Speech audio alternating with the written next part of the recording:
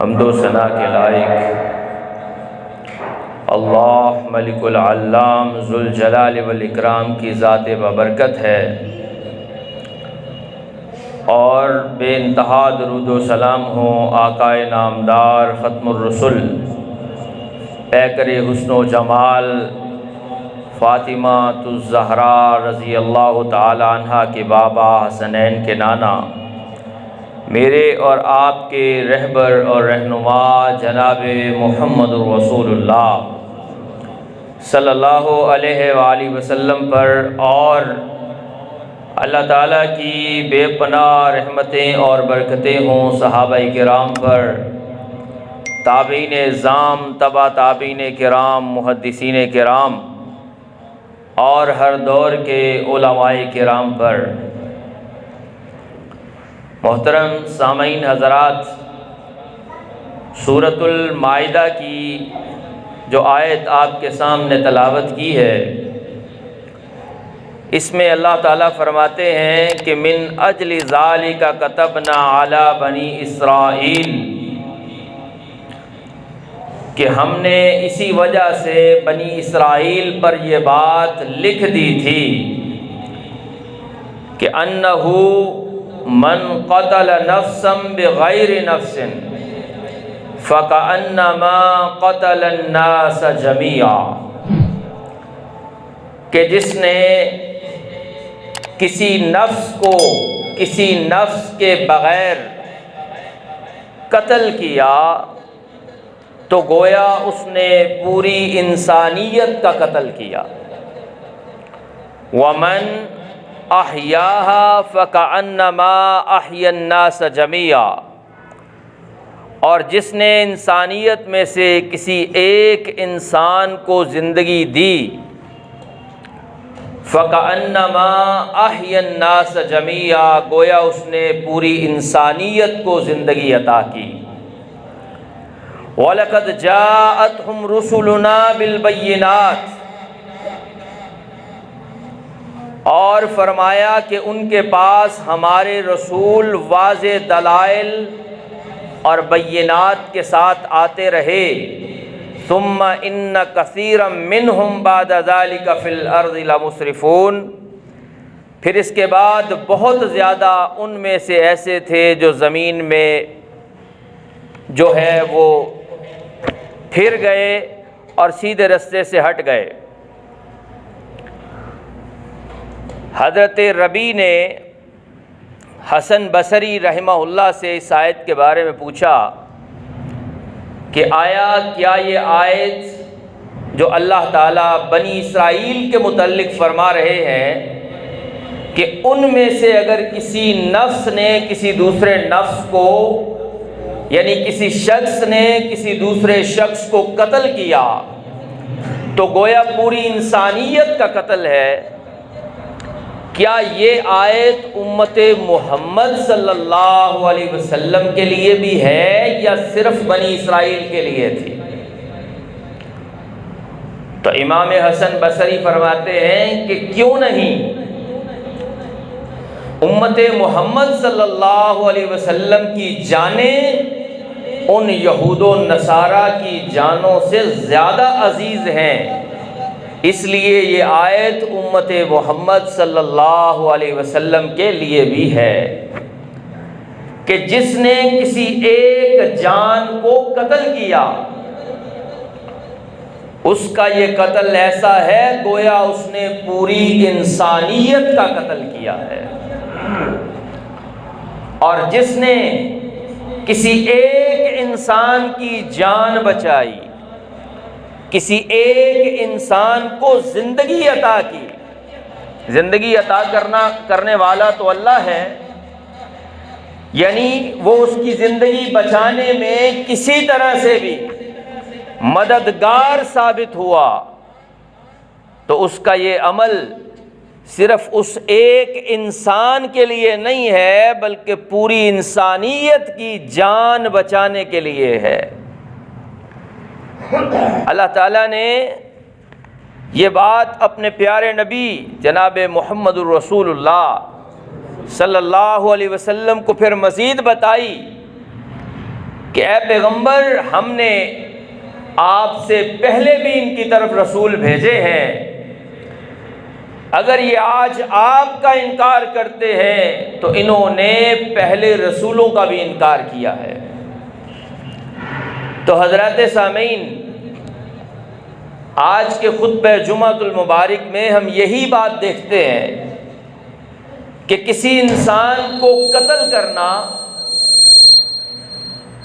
یعنی کسی انسان کو جان سے مار ڈالنا، یہ کس درجے کا گناہ ہے یا یہ کیسا جرم ہے؟ آیا اس جرم کا معاشرے میں چاہے جو بھی مقام ہو، یعنی لوگ اس کو بہادر کا نام دیں، لوگ اسے بہت بڑا جری اور طاقتور شخص سمجھیں، لیکن اللہ رب العزت کی نگاہ کے اندر اس انسان کی کیا قدر ہے یا وہ اللہ کے ہاں کس طرح کا ہے؟ تو قرآن مجید میں اللہ تعالیٰ نے اپنے مومن بندوں کی جو صفات بیان کی ہیں، یعنی عباد الرحمن کی جو اللہ نے صفتیں اور خصوصیات بیان کی ہیں، ان میں سے ایک خصوصیت یہ بھی ہے کہ وہ لوگ ایسے ہیں وَلَا يَقْتُلُونَ النَّفْسَ الَّتِي حَرَّمَ اللَّهُ إِلَّا بِالْحَقِّ، کہ وہ کسی جان کو قتل نہیں کرتے ہاں سوائے حق کے۔ کسی بھی جان کو جس کو حرام کیا ہے اللہ نے اس کا مارنا، اسے وہ نہیں مارتے سوائے حق کے۔ اور نبی کریم جناب محمد رسول اللہ صلی اللہ علیہ وسلم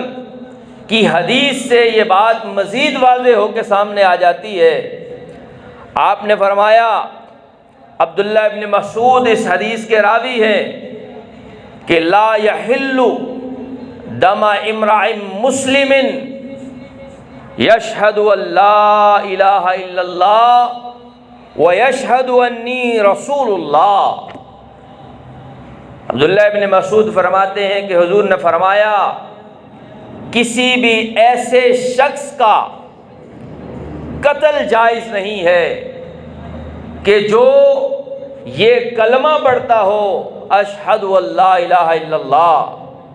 اللہ کی توحید کی گواہی دیتا ہو اور محمد صلی اللہ علیہ وسلم کی رسالت کی گواہی دیتا ہو۔ ہاں،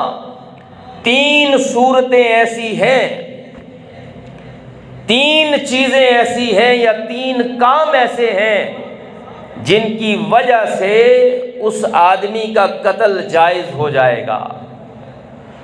اور وہ بھی اس صورت میں نہیں کہ کوئی شخص اٹھ کے اس کو قتل کر دے، بلکہ عدالت فیصلہ جاری کرے گی تو عدالت کے فیصلے پر عمل درآمد کرتے ہوئے اس کی جان لی جائے گی، اس کو قتل کیا جائے گا۔ وہ تین جرم کون سے ہیں جن جرموں پہ انسان کو قتل کی سزا ملتی ہے؟ پہلا جرم السیب الزانی، ایک شادی شدہ انسان اگر بدکاری کرتا ہے اور اس کا جرم ثابت ہو جاتا ہے تو عدالت اس شادی شدہ بدکار کو سزائے موت دے گی، یعنی اس کو قتل کرنے کا حق دے گی۔ اور دوسرا ہے النفس بالنفس، جان کے بدلے جان، جسے اللہ نے کتاب اللہ میں قصاص کہا ہے اور فرمایا کتب علیکم القصاص فی القتلی الحر بالحر والعبد بالعبد والانثى بالانثى، فرمایا تم پہ قصاص فرض کیا گیا ہے قتل کے اندر، آزاد کے بدلے آزاد، غلام کے بدلے غلام، عورت کے بدلے عورت، یہ قصاص ہے جس کا عدالت حکم دے گی۔ اور پھر تیسرا شخص وہ ہے المفارق للجماعہ التارک لدینہ، جو دین سے نکل جاتا ہے، مرتد ہو جاتا ہے، دین اسلام کی جماعت کو چھوڑ دیتا ہے. یعنی اسلام، اس کا صرف ایک ہی دروازہ ہے، یعنی اس میں صرف داخل ہوا جا سکتا ہے، نکلنے کا کوئی دروازہ نہیں ہے. جیسے دروازے ہوتے ہیں، یہ آؤٹ ہے، یہ ان ہے، اسلام میں ایک ہی دروازہ ہے، صرف داخل ہونے والا. اس لیے جب بھی کسی کو اسلام کی دعوت دی جاتی ہے، کسی کو اسلام قبول کروایا جاتا ہے،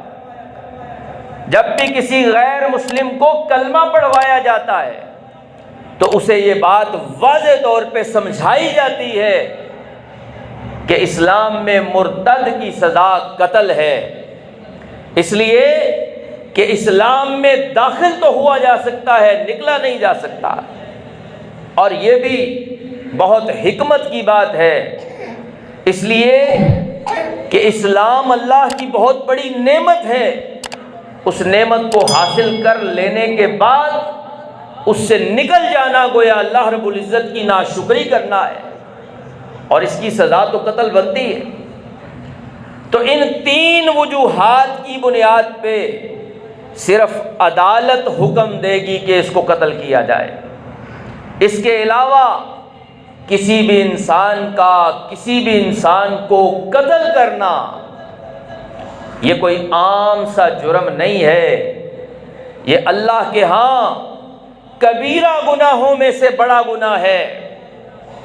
نبی کریم صلی اللہ علیہ وسلم سے جب پوچھا گیا کہ حضور کبیرہ گناہ کون سے ہیں، یعنی ایسے گناہ کہ جنہیں اللہ نے بہت بڑا گناہ قرار دیا ہے اور جن کے کرنے والے اللہ کے ہاں بہت ہی زیادہ برے تصور کیے جاتے ہیں، تو نبی کریم صلی اللہ علیہ وسلم نے فرمایا کہ سب سے بڑا گناہ اللہ رب العزت کے ساتھ شرک کرنا ہے. تم اللہ کے ساتھ شرک کرو حالانکہ اس نے تمہیں پیدا کیا ہے، یہ سب سے بڑا گناہ ہے. اور اس کے بعد دوسرے نمبر پر یہ ہے کہ تم اپنی اولاد کو قتل کر دو، خشیت املاک، رزق کے خوف سے، ڈر سے کہ کل کو تمہارے ساتھ کھائے گی. اور پھر اس کے بعد اپنے پڑوسی کی بیوی کے ساتھ بدکاری کرنا یہ کبیرہ گناہ ہے. تو اس سے پتہ یہ چلا کہ قتل نفس جو ہے، کسی جان کا قتل کرنا، یہ کوئی معمولی درجے کا گناہ نہیں ہے، بہت بڑا گناہ ہے. اور قرآن یہی کہتا ہے کہ جس نے کسی ایک جان کو قتل کیا اس نے ایک جان نہیں، پوری انسانیت کا قتل کیا ہے. اور جس نے کسی ایک انسان کو زندگی دی فَكَأَنَّمَا أَحْيَا النَّاسَ جَمِيعًا، اس نے ایک انسان کی جان نہیں بچائی، اس نے پوری انسانیت کی جان بچائی. حضرات سامعین، یہ انسان کی زندگی ہے. اس زندگی میں اس انسان کے ساتھ اچھے اور برے ہر دو طرح کے واقعات پیش آ سکتے ہیں. یعنی اسی انسان کو غصہ بھی آتا ہے، اسی انسان کے اندر خوشی کے جذبات بھی پیدا ہوتے ہیں. اسی لیے اللہ تعالیٰ نے اس انسان کو سمجھانے کے لیے اپنے انبیاء کرام کو بھیجا ہے، کتابیں نازل کی ہے. اللہ نے اسے عقل اور فہم عطا کیا ہے، سمجھداری عطا کی ہے. ان سب چیزوں کے بل بوتے پہ انسان سیدھے رستے پہ چلتا ہے. تو پھر بھی انسان بعض اوقات ایسے نتیجے پہ پہنچ جاتا ہے کہ وہ سمجھتا ہے کہ اگر اس آدمی کی جان نہ لوں تو میری عزت نہیں رہتی، معاشرے میں وقار نہیں رہتا. تو اس کے لیے یہ آیات روز روشن کی طرح آیا ہیں کہ وہ جان لے کہ ایک انسان کا قتل پوری انسانیت کا قتل ہے۔ اور اللہ تعالیٰ نے جب انسان کو بنایا تھا تو بنانے سے پہلے اللہ نے فرشتوں کے سامنے یہ بات رکھی کہ میں اپنا ایک نائب اور خلیفہ بنانے جا رہا ہوں، اور اس کی ساری خصوصیات اور صفات بھی رکھی ہوں گی یقیناً، کیونکہ اسی وجہ سے فرشتوں نے کہا تھا کہ انسان کو اے اللہ تو بنانے تو جا رہا ہے لیکن یہ زمین میں فساد پھیلائے گا، وَيَسْفِكُ الدِّمَاءَ، خون بہائے گا، اپنے ہی بھائیوں کو قتل کرے گا، اپنے ہی جیسے انسانوں کو اس دنیا سے مٹائے گا، وَنَحْنُ نُسَبِّحُ بِحَمْدِكَ وَنُقَدِّسُ لَكَ، اور ہم تیری تسبیح کرنے کے لیے، تیری پاکی بیان کرنے کے لیے کافی ہے۔ لیکن اللہ نے کہا تھا کہ سنو، جو میں جانتا ہوں وہ تم نہیں جانتے۔ تو حضرات سامعین، ہم نے فرشتوں کی اس بات کو جھٹلانا ہے، بطلان کرنا ہے، یعنی ہم نے زمین میں فساد نہیں پھیلانا، ہم نے زمین میں خون نہیں بہانا، حالانکہ یہ خون بہانا، کسی کا قتل کرنا انسانیت کا سب سے پہلا جرم ہے جو اس انسانیت نے کیا ہے۔ قرآن میں آپ آدم علیہ السلام کے بیٹوں کا واقعہ پڑھتے ہیں کہ کس طرح قابیل نے اپنے ہی بھائی قابیل کو قتل کر دیا، اور حضور نبی کریم صلی اللہ علیہ وسلم نے فرمایا ہے کہ اب انسانیت میں جب بھی کوئی قتل ہوگا تو اس قتل میں ایک گناہ اس قابیل کو ضرور ملے گا جس نے اس قتل انسانیت کا آغاز کیا تھا۔ اور حضرات، کہ دنیا کا آج جو ایجنڈا ہے جس کے اوپر دنیا کو چلائے جانے کی کوششیں ہو رہی ہیں، اس میں ایک کوشش یہ بھی ہو رہی ہے کہ قاتل کو آزاد چھوڑ دیا جائے، قتل کرنے والے کو بدلے میں قتل نہ کیا جائے۔ یہ ایک بہت بڑا ٹارگٹ ہے جس کی تکمیل کے لیے کوششیں ہو رہی ہیں۔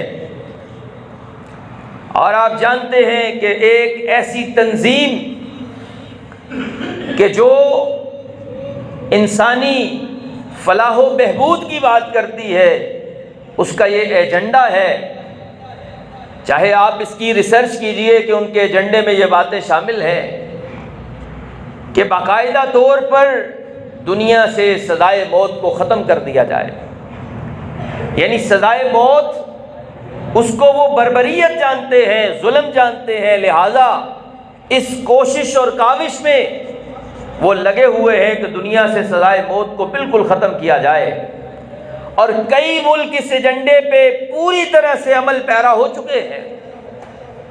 اور بلکہ ہمارے ملک پاکستان میں بھی ایک لمبے عرصے تک سزائے موت پر پابندی رہی ہے۔ اور آپ حیران ہوں گے کہ بہت سارے ممالک کے اندر جب قاتل پکڑا جاتا ہے، یہ ابھی 2 سال پہلے ہی کا واقعہ ہے کہ ایک بدبخت نے مسلمانوں کی مسجدوں میں گھس کر جو ہے وہ فائرنگ کی اور مسلمانوں کو شہید کر دیا بغیر کسی وجہ کے۔ تو اس کو پکڑا گیا، لیکن اس مجرم کو سزائے موت نہیں دی گئی، عمر قید دی گئی ہے۔ اس سے پہلے اور بھی بڑے واقعات موجود ہیں۔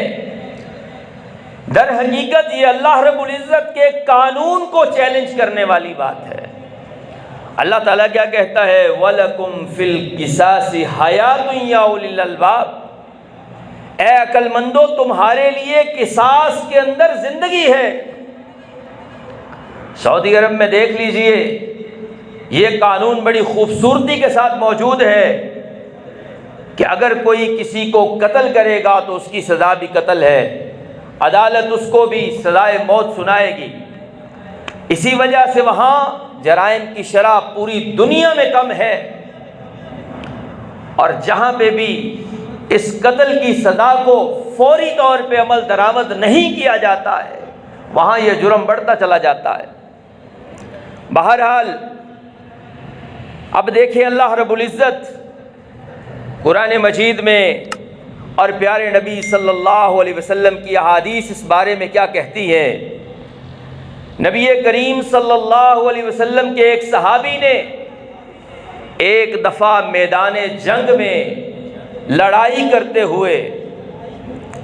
ایک ایسے شخص کو قتل کر دیا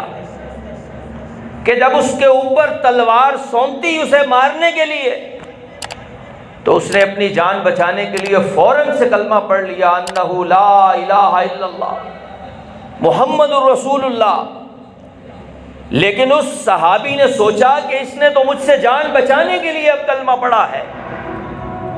لہذا اس کی تلوار رکی نہیں اور اس کی گردن تن سے جدا کر دی۔ میدان جنگ ہے، اپنا دفاع بھی کرنا ہے، دشمن کو شکست بھی دینی ہے، تو اس نے قتل کر دیا۔ لیکن دل میں ایک خلش موجود تھی، اس کو پورا کرنے کے لیے نبی کریم جناب محمد صلی اللہ علیہ وسلم کے گوش گزار کیا کہ حضور وہ آدمی میرے سامنے جب آیا تو اس نے کلمہ پڑھ لیا، لیکن میری تلوار پھر بھی چل گئی، کیونکہ میں سمجھا تھا کہ اس نے میری تلوار کے ڈر سے کلمہ پڑھا ہے۔ صحابی رسول بیان کرتے ہیں کہ اللہ کے نبی صلی اللہ علیہ وسلم کو ہم نے اس قدر غصے کے اندر دیکھا کہ آج سے پہلے حضور کو اتنا غصے میں ہم نے کبھی نہیں دیکھا۔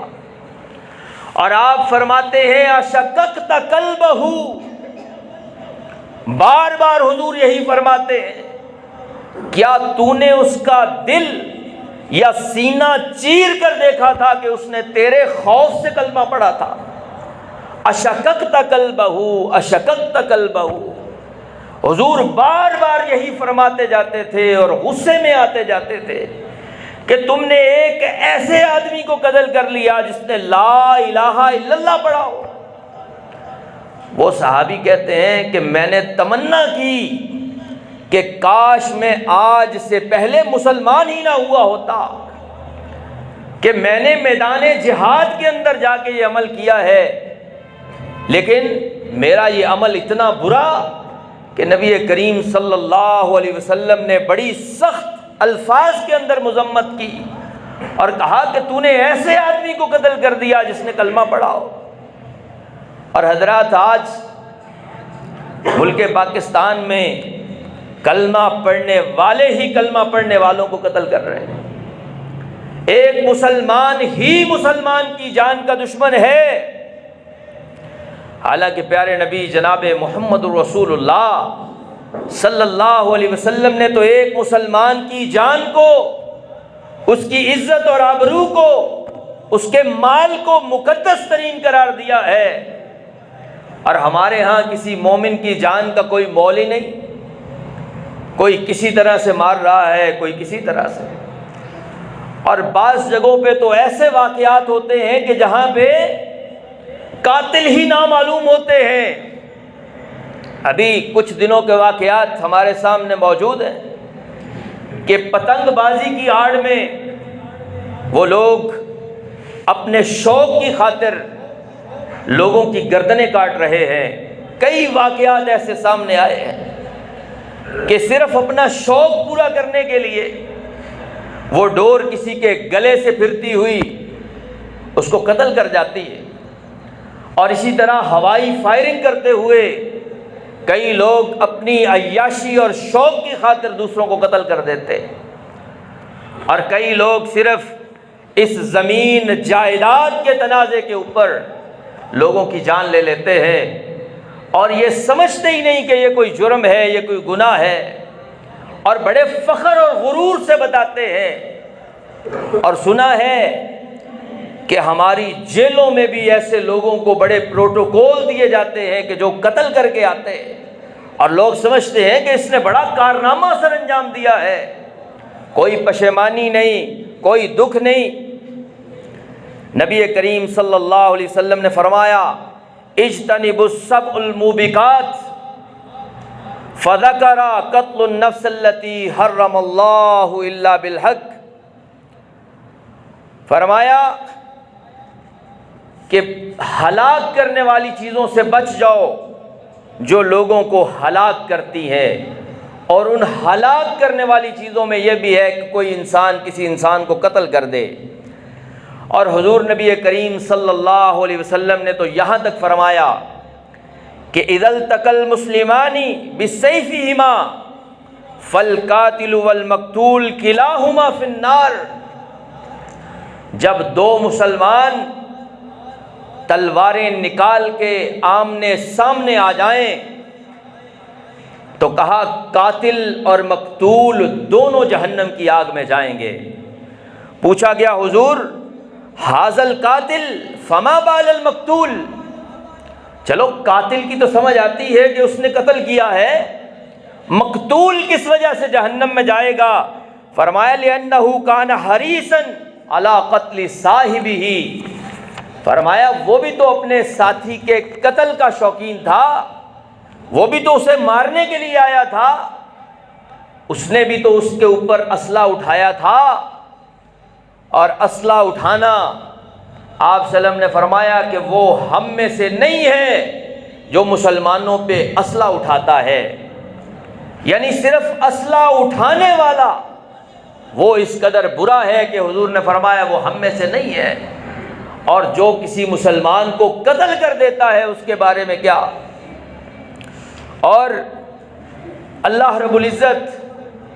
خود کہتے ہیں کہ لوگوں سن لو انی حرمت الظلم علی نفسی وجعلتہ بینکم محرما، میں نے اپنے اوپر بھی ظلم کو حرام کر دیا ہے اور تمہارے لیے بھی ظلم کو حرام کر دیا ہے، یعنی اللہ بھی کسی کے اوپر ظلم نہیں کرتا۔ بعض ظاہری باتیں جو ہمیں نظر آتی ہیں یاد رکھ لیجئے وہ اللہ کا عدل ہے، وہ ظلم نہیں ہے۔ فرمایا کہ میں نے اپنے اوپر بھی ظلم حرام کر دیا اور تم پہ بھی ظلم حرام کر دیا، لہذا کوئی کسی پہ ظلم نہ کرے، اس لیے کہ ظلم کل قیامت کے دن انسان کے لیے وبال جان بن جائے گا اور انسان کا چھٹکارا نہیں ہو سکے گا۔ آج کتنے ظلم ہیں جو ہم انسانیت کے اوپر کرتے ہیں، ہم کبھی سوچتے ہی نہیں اس حوالے سے کہ ہمارے اس عمل سے، ہمارے اس فعل سے کسی کو نقصان تو نہیں پہنچ رہا، آیا میرا یہ جو کام ہے یہ ظلم تو نہیں؟ پیارے نبی جناب محمد الرسول اللہ صلی اللہ علیہ وسلم نے تو جانوروں تک پر ظلم کرنے سے بھی روکا ہے۔ اللہ کے نبی نے ایک گدھے کو دیکھا جس کے جسم کو داغا گیا تھا، لوہے کے ساتھ نشان لگائے گئے تھے، آپ علیہ الصلوۃ والسلام نے لعنت فرمائی ہے ایسے بندوں پہ۔ اور ایک اونٹ جس کا مالک اسے کھانے کے لیے کم دیتا تھا، کام زیادہ لیتا تھا، اللہ کے نبی علیہ الصلوۃ والسلام نے اس کی بھی سرزنش کی ہے۔ اور آج ہم انسان ہوتے ہوئے انسانوں پہ ظلم کرنا جائز سمجھتے ہیں اور اپنا حق بتاتے ہیں کہ کیا ہوا، اس میں کون سا حرج ہے؟ نہیں حضرات، ہمیں کوئی بھی عمل کرنے سے پہلے یہ سوچنا چاہیے کہ میرا یہ عمل ظلم کے زمرے میں تو نہیں آتا، کہ کہیں اس سے کسی دوسرے انسان کا کوئی نقصان تو نہیں ہو رہا۔ اور فرمایا وما ربک بظلام للعبید،